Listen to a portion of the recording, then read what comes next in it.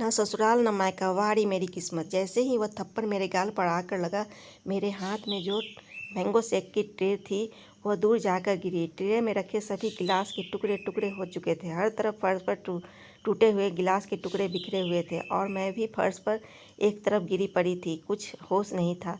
कुछ पल के लिए मेरा दिमाग तुरंत सुन्न हो चुका था। शायद थप्पड़ बहुत ज़ोर से पड़ा था या फिर मैं उस थप्पड़ के लिए तैयार नहीं थी। उस थप्पड़ की गूंज से पूरे हॉल में शांति हो गई। किसी के भी मुंह से एक लफ्ज़ का न फूटा। मम्मी जी के चेहरे पर कुटिल मुस्कान आ गई, जैसे यह थप्पड़ मारकर उनके बेटे ने कोई किला या गढ़ जीत लिया हो। मम्मी जी की सारी सहेलियां जो उस किटी पार्टी में मौजूद थी, हैरानी से कभी मम्मी जी को तो कभी उनके बेटे को सुजय को तो कभी उनकी बहू यानी कि उनकी सुचिता को देखती थी, पर किसी ने भी आगे बढ़कर उसे उठाने की कोशिश नहीं की। जब थोड़ा दिमाग सही हुआ तो धीरे धीरे अपने होश में आने लगी तो खुद ही खड़ी हो गई। देखा तो धीरे धीरे मम्मी जी की सहेलियाँ नदारद हो चुकी थी। क्यों कोई दूसरों के घर के पचड़े में टांग रहा है, यही सोचकर सब वहाँ से निकल गए। जैसे ही खड़ी हुई वैसे ही सुजय चिल्लाते हुए बोले, घर के बाहर किससे पूछ कर गई थी? बहुत ज़्यादा मौज मस्ती करने का शौक़ चढ़ा है तुझे? इज्जत से रहना है इस घर में, वरना शौक़ उतारने अच्छे से आते हैं मुझे। सच कहूँ तो सिर अभी भी घूम रहा था, इसलिए कुछ कह नहीं पाई। सुजय अपना गुस्सा दिखाकर घर के बाहर निकल गए और मम्मी जी, उन्हें तो शायद मुझसे कोई हमदर्दी ही नहीं थी। वही तो थी जिनके कलेजे को इससे सबसे ज़्यादा ठंडक पहुंचती थी, क्योंकि वही थी जिन्होंने सुजय को फ़ोन करके कहा था कि मैं घर के बाहर गई हूँ। अचानक मम्मी जी मुझे बोली, अब पति से बिना पूछे बाहर जाएगी तो बेचारा हाथ नहीं उठाएगा तो क्या करेगा? इतना तो पत्नी को भी सोचना चाहिए। अब खड़ी खड़ी देख क्या रही है? फटाफट ये बिखरे हुए टुकड़े को उठा और अपना काम कर, बोलकर मम्मी जी भी अपने कमरे में चली गई। मैं वहीं हॉल में खड़ी रह गई। इसलिए आखिर गलती क्या थी मेरी? यही कि मैं मम्मी जी की किटी पार्टी के लिए बाहर से सामान खरीद कर ले आई, और बाहर भी कितना, घर के पास से वाली दुकान से ही तो लेकर आई थी। बस फ़ोन करके सुजय को नहीं बताया था, पर मम्मी जी को तो बोलकर ही गई थी ना। उनकी इतनी बड़ी सज़ा दी गई मुझे। आंखों में आंसू और अपने दिल के टुकड़े लिए मैं उन बिखरे हुए टुकड़ों को समेटने लगी, पर बहुत कुछ दरक चुका था मेरे अंदर। सुजय तो मर्द है, लेकिन मम्मी जी तो औरत है, और जब भी उसका बेटा ऐसी कोई गलती करता था तो वो हमेशा उनकी पहरेदार बनकर खड़ी हो जाती थी। सच ही कहा है कि मर्दों की बनाई बंदिशों की खुद औरतें पहरेदार होती है, जो उनके गलत को सही साबित करती है। मैं सुचिता, इस घर में बहू। मेरी शादी सुजय के साथ 8 महीने पहले ही हुई थी। मैं एक वर्किंग वूमेन हूँ, दुनिया की नज़रों में आत्मनिर्भर हूँ, जो सुबह बन ठन कर अपने जॉब पर जाती है और शाम को घर आकर आराम करती है और अपना पैसा अपने तरीके से खर्च करती है। घर में नौकर चाकर है तो मुझे कुछ नहीं करना पड़ता है। अगर आस पड़ोस की औरतों की माने तो मुझ पर कोई रोक टोक नहीं है, पर सच्चाई बहुत अलग है। मेरे ससुराल में मेरी सास की नज़रों में मेरी कोई औकात नहीं है, क्योंकि वो मेरी पहरेदार बनी बैठी है। वह मेरे पल पल की पूरी रिपोर्ट मेरे पति को अपने तरीके से देती है, और उनका बेटा, वो अपनी माँ की नज़रों से अपनी पत्नी को देखता है, इसलिए उसे मुझ पर हाथ उठाने की दिक्कत भी नहीं है। मैं अकेली कहीं आ जा नहीं सकती। अगर मुझे थोड़ा सा भी ऑफिस से आने में लेट हो जाए तो मेरे पति वहीं पहुंच जाता है, और ऑफिस के बाहर जब मैं निकल कर आती हूँ तो वहीं लोगों के सामने मेरी इज्जत का फलूदा कर चुका होता है। जब शुरू में मैंने इसके लिए ऑब्जेक्शन उठाया, तब भी सुजय ने मुझ पर हाथ उठाया था, जिसके बाद अपने मायके चली गई थी।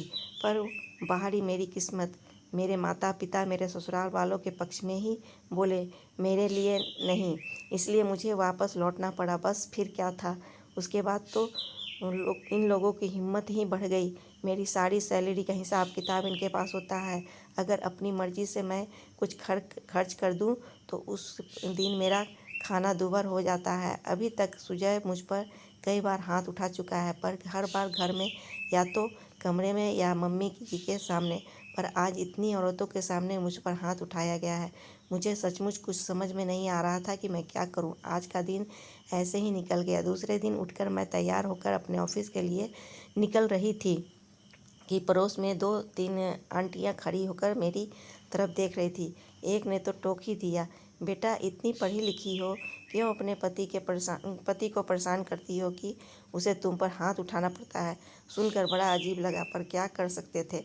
मेरा पति मुझ पर हाथ उठाकर भी बेचारा बन चुका हुआ था। सच है कमी औरतों की ही निकाली जाती है, और वो भी निकालने वाली औरत ही होती है।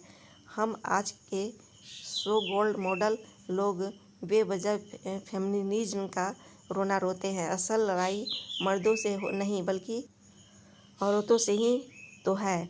मन में ख्याल आ रहे थे कि काश भगवान अगले जन्म में औरत न बनाए, पर यह तो हार मानने जैसा था। जब इस जन्म में को जीना है तो मुझे निर्णय तो लेना ही था। यूं अपनी पूरी ज़िंदगी मार खा खा कर तो नहीं रह सकती, और माँ बाप उनके पास तो जाना ही बेकार था, क्योंकि उन्हें साथ देना होता तो पहली बार ही दे चुके होते। सबसे पहले अपने ऑफिस पहुंची, छुट्टी के लिए अप्लाई कर बैंक गई, जहां पर मैंने अपने सारे अकाउंट्स के पासवर्ड डिटेल्स सब बदले और अपने अकाउंट को अपने अंडर में लिया। इसके बाद निकलकर सीधे महिला पुलिस थाने पहुंची और अपने पति और सास के खिलाफ कंप्लेन की। मेरी कंप्लेन पर तत्काल ही सुनवाई हुई और 3 महिला कांस्टेबल के साथ मुझे मेरे ससुराल में भेजा गया, जहां उन्हें देखकर दोनों के हाथ पैर फूल गए और उन दोनों ने हाथ जोड़कर मुझसे माफ़ी मांगी। हालांकि जिस तरीके से वो लोग मुझे देख रहे थे, मुझे पता था कि वो दोनों मुझ पर बाद में हाथ उठाएंगे। फिर भी मैंने उन्हें माफ़ किया, लेकिन साथ ही साथ मेरी जान को जोखिम है ये थाने में ज़रूर लिखवा दिया, जिसके बाद दोनों की वार्निंग देकर छोड़ दिया गया। कांस्टेबल के जाने के बाद मेरे पति ने मुझ पर हाथ उठाने की कोशिश की, पर इस बार मैंने भी पलटकर 1 2 3 चांटे उन्हें रसीद कर दिए। देखकर मम्मी जी चिल्लाई, अरे पति पर हाथ उठाती है, शर्म नहीं आती तुझे? अगर घर की इज्जत ऐसे ही उछालने का शौक़ है तो यहाँ क्यों पड़ी हुई है? तलाक क्यों नहीं दे देती? मम्मी जी, तलाक तो मैं दूंगी नहीं। आखिर इतनी आसानी से आप लोगों को कैसे रहने दूं? तलाक के बाद आपका बेटा दूसरी शादी कर लेगा और किसी और लड़की की ज़िंदगी बर्बाद करेगा। वह मैं नहीं होने दूंगी। आपने जो मेरी ज़िंदगी बर्बाद की है, उसका खामियाजा तो आपको भुगतना ही पड़ेगा। मैं अकेले क्यों भुगतूं? चाहती तो जेल भेज सकती थी, पर फिर भी नहीं भेजा, क्योंकि शायद उससे मुझे सुकून नहीं मिलता। बस आज के दिन जो कुछ भी मैंने किया, उसके बाद मेरा आत्मविश्वास बढ़ चुका था। मैं उन्हीं लोगों के नाक के नीचे रहती हूँ, अपनी मर्जी से अपनी ज़िंदगी जीती हूँ, पर वो लोग बड़बड़ाने के अलावा कुछ नहीं कर सकते हैं। उन लोगों ने मेरे माता पिता को भी बुलाया था, पर मैंने हाथ जोड़कर उन्हें मना कर दिया कि आप लोगों को अब मुझे कुछ बोलने की ज़रूरत नहीं है। आप लोग अपनी लो क्लास संभालो और मैं अपना घर। आपको मेरी कहानी अच्छी लगी हो तो चैनल को सब्सक्राइब करना ना भूलें। आपका बहुत बहुत धन्यवाद।